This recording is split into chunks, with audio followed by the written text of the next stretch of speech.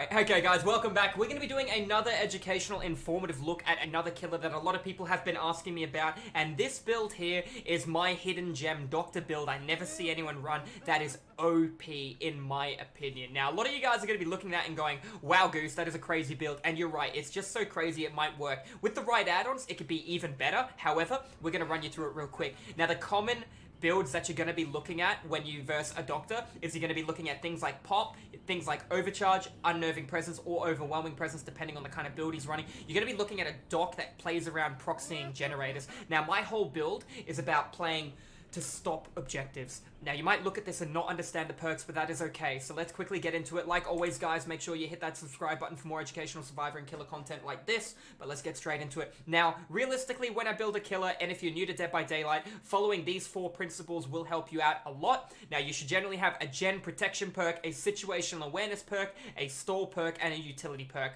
My doctor doesn't really follow those rules. My doctor has a stall perk, has a stall perk, has a regression perk, and has another stall perk, or basically a perk that allows me to get out the stall. So this build is a little whack. I could show you a more comfortable build, but remember, this is the build I recommend at rank 1 with no add-ons. You can make it work really well with add-ons if you're going to force a game offering, for example, and you're going to be running double calm add-ons. Like, you're looking at calm, and you're looking at a game offering, you'll be putting the survivors in a very difficult situation. Now, I'm going to skip over Dead Man Switch. It's a little hard to explain. I'll get back to that momentarily. Thrilling Tremor. What does this perk do? When I down a survivor and I pick them up, all generators will be glowing white for 16 seconds that do not have survivors on it. Remember, there are only 4 survivors in a trial. I've downed 1, I've picked them up. Worst case scenario, 3 generators aren't glowing white. Any generator that is not glowing white means the survivor is currently working on it. If 2 generators are currently not glowing white, that means there is either 2 survivors accounted for, or there's 2 on one and 1 on the other, or 2 on one and then 1 on the other. I don't know. That means one person's MIA. Now, if you don't know how the doctor's ability works, it's very complicated, but I'll try and explain it. This has a 60-second cooldown. The generator will have an entity's hand over it for 16 seconds, meaning people cannot work on the jennies during this time. Just a fun fact as well, while the generators are sealed, no one can work on it. There's nothing you can do. So just keep that in mind. This is the superior version to barbecue on a lot of the killers, but it does have a cooldown. Keep that in mind. And depending on your add-ons, if obviously running movement speed add-ons, barbecue would be better, but the doctor doesn't have any movement speed add-ons. The next perk is Surge. Like I said in the previous video, Surge is a hidden gem.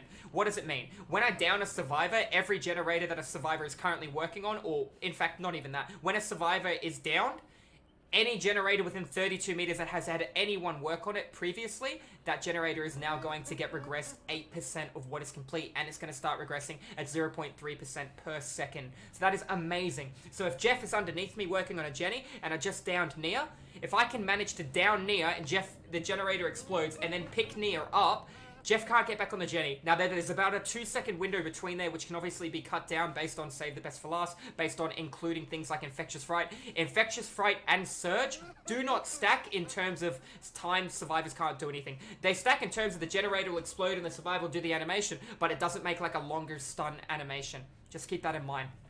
So the whole build comes together with Nemesis. Now, what does Nemesis do?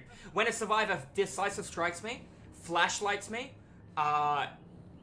pallet stuns me, if they do any of these actions, even stun me through head-on out of a locker, they become my obsession. Now, what does this mean? Why is this good? Well, while they're my obsession, they will not be able to hear my heartbeat. They will have oblivious status as well, keeping that in mind. When they pallet stun me, their aura will be revealed for 4 seconds. They will be glowing bright pink. Therefore, I can moonwalk, I can hide my light, I can twist. Remember, I'm a doctor. I can counter loops pretty easily if I play right. So that there is a hidden gem on itself. Remember, he will have no heartbeat. He will see the red stain, but he won't have a heartbeat for the next 1 minute. So if I left Chase and I did something else, this guy still doesn't have a heartbeat. Just because he can't hear it doesn't mean he's not in it. Therefore, when I use anything like a shock ability, if he's still within 32 meters, he will experience it. Just because he can't hear the heartbeat doesn't mean it's not there. It's different to Freddy. Now, this first perk is where the whole build comes together. This is Dead Man Switch. This is a very hard to explain perk, so bear with me. I'll do my best. It is a Death Slinger perk. Basically, when you hook your obsession, has to be your obsession, no one else. Therefore, this is why Nemesis is in the build, to force the person to become my obsession. When you hook your obsession, any generator a survivor starts working on and then gets off will be locked for 45 seconds from the time I hooked that other person. Alright? So why is that good? I just downed Jeff and picked Jeff up. Every generator is currently glowing white through Thrilling Tremor, but 2 generators. I now know survivors are on those 2 generators. I walk in between the both of them. I push the control key to activate the doctor's ability. This will take 3 seconds. It's called Static Blast. Anyone within 32 meters, when I release Static Blast, will scream and put their hands in the air. You just let go of the generator to do the animation. Therefore, the generator in front of you cannot be worked on for the next 45 seconds. Do you see the synergy coming together here? Therefore, I can steal a Jenny for 16 seconds, plus another 45 seconds. I can steal a generator for over 61 seconds. Over 1 minute, you cannot work on the generator. Now, something I want to point out here, full disclaimer, is if I were to down somebody through Surge and pick up a gen, the generator does not regress while sealed. Even if I had regression on it, doesn't mean the Jenny's going to regress for 61 seconds. No. It will stop. Nobody can work on it. It won't go up. It won't go back. It's just sealed. Now, that is my Doctor build. I find it whack. I've never seen anyone else run it. I've been having a lot of fun and a lot of success with it. Nobody expects it, keeping in mind that you can force Deadman Switch to work through Nemesis. You could replace Nemesis if you were good at tracking your obsession, but at the same time, you'd only get Deadman Switch to work 3 times in a trial. Now, I can get Deadman Switch to realistically work 12 times in a trial. Therefore, Nemesis is important. Surge is substitute to change. You might have more convenience with Pop Goes the Weasel, but Surge with the time management is very important and crucial with the Doctor. Keeping in mind, I need to get around the board and be able to... Remember, I don't have a movement speed enhancement. I'm 115%. You could get rid of Surge and run play with your food. Don't know why you do it. It wouldn't be good for your build in the slightest, because you wouldn't have stability on regression. You'd get gen rushed into the ground unless you had a good map like Liar's Institute. Or not Liar's Institute, like the game where Jennies are on top of each other and you can funnel people together. It could be really good.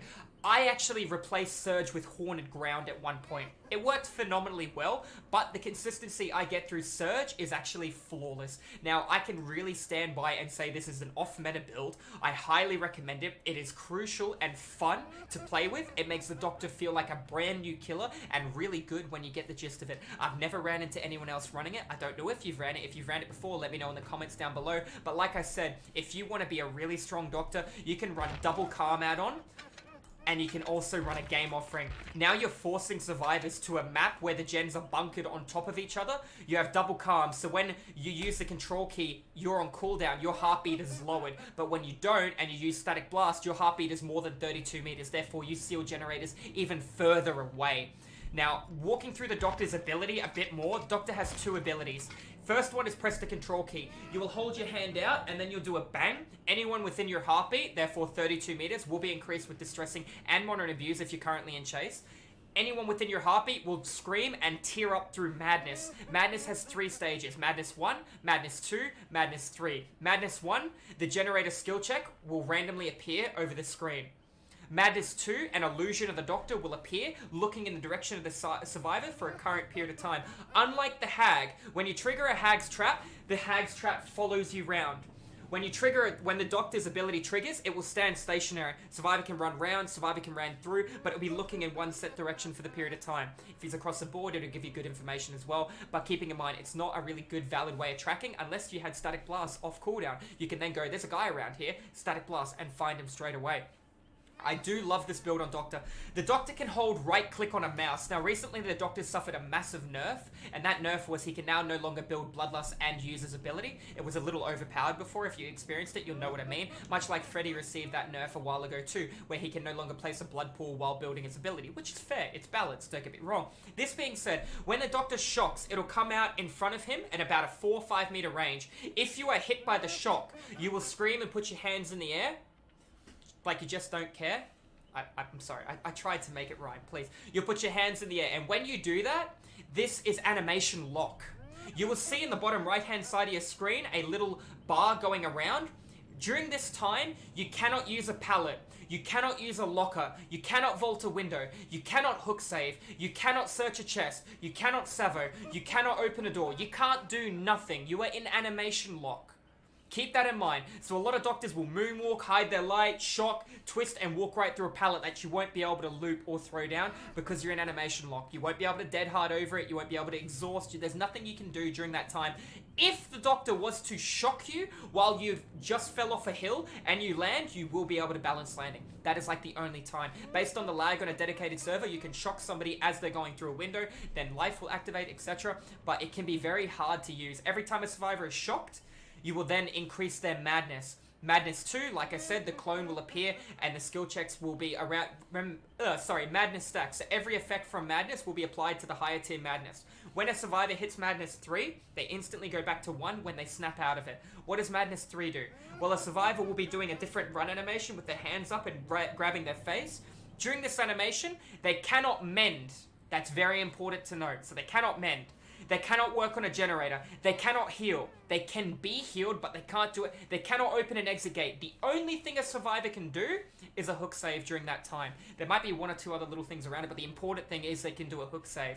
So keeping this in mind, if you get a survivor in tier 3, and then you M1 him, and he needs to run away and mend, you can moonwalk behind him while chasing him. This is high skill doc shit. I'm talking thousands of hours of gameplay understanding. You can moonwalk to be out of chase while he can't mend, while he can't snap out of it, because he has to snap out of it and then he has to mend. Full disclaimer, when a person is snapping out of it, they have to land skill checks. If they miss a skill check, the bar goes back. This being said, if they get to 99% snap out of it and I shock them, the snap out of it bar does not reset. They can literally just tap the key and they're out of madness. Now, there are different add-ons that will give you different benefits. They are very complicated to go into, like the Iridescent King and Queen. As you can see, they give a lot of static effects. It's going to take me too long to cover them all in one video. But this is my build that I like on the Doctor. Like I said, honorable mentions, you'll see docs running Barbecue, you'll see them running Pop, you'll see them running Overcharge, the odd guy with Lullaby, sometimes Discordance if people are going to funnel together, even Ruin, but this is a really off-meta build that I've never seen anyone run. Give it a go. Let me know what you think about it in the comments down below. Like I said before, guys, make sure you slap that subscribe button for more educational and informative content. Keep in mind, all my builds are based off games that I play in the red ranks at rank 1 with no add-ons, generally against pre-made squads as well. So hopefully you guys will have fun, and don't forget to pop into the live stream where I stream DBD 5 days a week. It'd be great to have you in there. If you think you know everything about DBD, you can help me teach people that don't. If you're just new to the game and you want to learn, you want some tips and tricks, definitely the place to tune in. Alright guys, have a wonderful rest of your day, stay safe, and I'll see you in the next informative video.